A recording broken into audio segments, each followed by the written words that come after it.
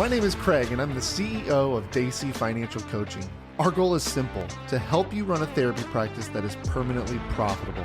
If you own a solo or group practice, we're here to help you build a business that creates more time, makes more money, and serves more people. This is the Therapy Business Podcast. I know you're super busy in your day as a business owner and a therapist. Likely you might be seeing clients. Maybe you are the only person in your business still. So you're juggling client time with running the business and growing the business, which means that things like tracking our lead flows can fall to the wayside. I know I went a long time without paying any attention to this. And it wasn't until I started working with a business coach and they asked me these questions of where are your leads coming from? What's working, what's not? And I had no answer for them. So we set up a system in my business to track those things. And now I have customized and created a spreadsheet for our therapy practice clients. Now this sheet is completely free and I'm going to put a link to the show notes. If you want to snag it, it's going to, all these steps that we're going to talk through today that you should be tracking are in this spreadsheet, ready to go, ready to tally up your percentages and what areas are generating the most leads and what is your close rate, all those important metrics. So in the show notes, grab that spreadsheet. It's completely free. It's just a Google Sheets and it's my gift to you. Now let's dig into a few metrics that I think are incredibly important for you to be watching. Number one is, what are people coming to you for? So what service are people looking for when they come to you? Now, if you have on your website an intake form, maybe they fill out a contact form, maybe they're picking up the phone and calling you, maybe they're emailing you. What are they seeking out? So odds are you have multiple services. And if I were to go to your website, you probably have maybe not even only different like specifications that you're doing, but maybe different types of therapy, like couples therapy, individual therapy. Maybe you do intensives. Maybe you have workshops that you do. So how can we track what's working and what's not in those areas? It's important that we keep a log. So if you have an admin taking calls, for example, make this spreadsheet something that they have open. And every time they take a call, they're asking, what are they seeking out? Or if they receive an email or they're filtering through the contact forms, what is this person specifically asking for? Are they looking for individual therapy? And we're going to mark that. Why we want to know this is so you know what is attracting people in the most. That way we can leverage that marketing. If you have a specialty, maybe you specialize in trauma therapy, and that is what most people are coming to you for, but maybe you also have this other type of therapy, maybe it's just standard couples counseling or something different that is not really generating a lot of people. Doesn't mean you have to stop doing that, but maybe your marketing efforts and your messaging is really honed in on trauma recovery, all those things. So using this to your advantage is incredibly valuable, incredibly important. The other thing is you might discover that, you know what, no one is really seeking out these workshops. Maybe you're doing workshops every quarter or every weekend or however frequently, and people aren't looking for it. People aren't inquiring about it. You might find that the only people signing up for it are your current clients. This may be twofold. Maybe you decide it's not worth doing anymore. Maybe it's not profitable enough. You don't have enough interest. Or maybe it is something that you just stop stressing about doing outward marketing for and focus on just telling your own clients about it, your own client base, your team's clients. So keeping these things in mind, this is really important so that we know what is working, what's not, what do people want, and we can lean into those. The other thing we want to be measuring is, how are people contacting you? Where are they reaching out to you from? What are your lead sources? Some really common ones are, again, your contact form. Maybe it's a phone call. Maybe it's through Psychology Today. It could be a direct referral. Do you have some lead sources from somewhere? Do you have a partner that you work with? We want to track these. Now in the spreadsheet that I was telling you about, I've put a few of the common ones, but you can add in as granular as you want. I mean, it could be this therapist down the road who sends people to you, putting those in there so you can track where are our leads coming from. If you do nothing else, this is probably the most important thing to be tracking when it comes to your marketing and your lead generation. Where are they coming from? We have to know what's working and what's not. If you're funneling a bunch of money into ads and it's not working, this is a good way to find out. We have to be tracking these things. If you're running ads, we need to be tracking where are they converting. So I can't just look and say, hey, we got a bunch of inquiries on our website. That means the ads are working. Great, we're getting our money back.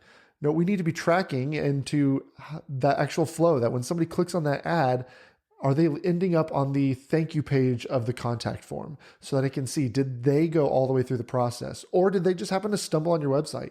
Or did a friend tell them about it so they typed it into their web browser and landed on it and then booked a call? You see, we want to be really clear, are the ads actually covering it or not? You may discover that you're getting almost all your leads from Psychology Today or from referrals, and you're spending all this money on ads, and come to find out, maybe I need to funnel more energy into more referral partners. So instead of spending all this money on Google ads, I can turn around and host lunch and learns, or buy lunch for a therapy practice down the road, or for another referral partner, maybe related to your industry. So really key, knowing these things, what's working and what's not, and then how can I lean into that and leverage it? All right. So super, super important. We also want to know their status. So what ended up happening with these clients, with these leads? Did they turn into clients? Did they go MIA? Did they sign up, or do we ask you to follow up later? We want to track this. Were they a no-show? Maybe you scheduled a consultation with them and they just didn't even show up. We want to track all of these things. So making note of, what did they sign up for? Did they sign up? Where are they in that process? This is going to give us a really clear perspective on our close rate. Of all the leads coming in, how many are turning into clients? Why is this valuable? This gives us metrics. Metrics are so fantastic because when it comes to marketing, putting ourselves out there, doing sales, a lot of emotion can come into play. We can either beat ourselves up, we can feel anxiety about it, we can feel stressed, we can feel put it off because we don't want to do it. But if we can look at a metric that says, I got 10 leads and we closed 3 of them, that means every 10 people that come tapping on our door or in our inbox saying we are interested in learning more, 3 of them will turn into clients. So then it just turns into a numbers game. Well, how do I get 10 more leads? What can we do? And that goes back to what's working in our mode of inquiry. How are people finding us? So leaning into that, how can we maybe double that, triple that? Because that in turn is going to double, triple our client acquisition. So the more we have around what's happening with these people, the better. You might even want to track whether they're booking consultations or not. And again, this all maybe boils down to your process. Maybe your process is they just schedule that first therapy session and that's it. So maybe we're tracking how many come back for a second call, right? What is that conversion rate from consultation to sign up? That can tell us where in this process are we missing the mark? Are we getting leads coming in and booking consultations but not signing up? That means maybe something's wrong with our consultation process. Maybe somewhere in there's a breakdown in our sales process. Are we selling well? Are we really providing the value or articulating the value of what we do to entice them and encourage them to sign up?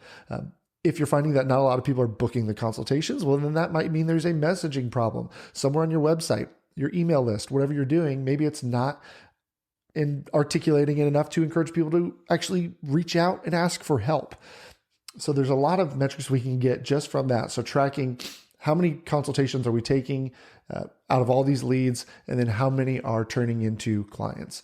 Following each of those steps, again, we can work it backwards. We know 10 leads turns into 5 consultations, and out of those 5 consultations, we can close 3 of them. So right there, you have your metrics. If we can get 5 consultations in the call or in the calendar every week, then we know we're going to get 3 clients per week coming into our practice. There are a lot of other things that we want to follow up on or check in on or really tally and mark, but these are the biggest ones. If you measure nothing else in your lead generation process, this is the one I want you to do. So I highly recommend you find a form, you fill it out. Now, if people are booking right on your calendar, so for example, if you go to our website to work with one of our coaches, we don't have an intake form. It's you click the button and you schedule a free consultation call, a free Q&A call with one of our team members.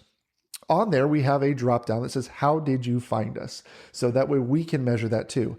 Then when I go into our spreadsheet, I can just plug in those answers from Calendly that shows how people found us. So you can do the same thing on your intake forms in your calendars. Add in all those avenues of how did you find us? And the same thing we just talked about. If you know person down the street sends you a lot of referrals, put their name in there, Dr. So-and-so. So that way they can credit them and you know, okay, I need to nurture this relationship because they're sending us a lot of business. And what can I do to encourage it and to nurture it? So really, really important. But otherwise, use this spreadsheet. Again, it's in the show notes, completely free. Download it, plug in and just commit to this year, plugging in names and plugging in your prospects and tracking them really well.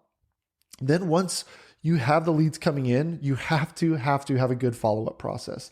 Now, we have a full episode on our follow-up process, how we check in with clients and how to really stay on top of them. I'm going to link that in the show notes below, but it's essential that you follow up with these people. The number of practice owners that I talk to who don't follow up, they reach out once, leave a voicemail, and that's it, is astounding. In fact, I think they say like 80% of salespeople only reach out 1 to 3 times. And then after that, they give up. Whereas the stats say between 7 and 12 touch points is what it takes in order to get someone to sign up. So we want to continuously be touching base, checking in, sending them value, providing value to just bridge that gap. There's a lot of anxiety, a lot of fear, a lot of shame, many emotions tied to working with a therapist and talking to someone and admitting that you need or want help. So the more we can bridge that gap, the better. By having this tracked, then we can take that next step and start tracking our follow-ups and touching base and how often are we checking in with them and are we staying on top of them to make sure that whether it's with us or somebody else, they're getting the help they need. Thanks for joining us on the Therapy Business Podcast. Be sure to subscribe, leave a review, and share it with a practice owner that you may know. If your practice needs help getting organized with its finances or just growing your practice, head to therapybusinesspod.com to learn how we can help.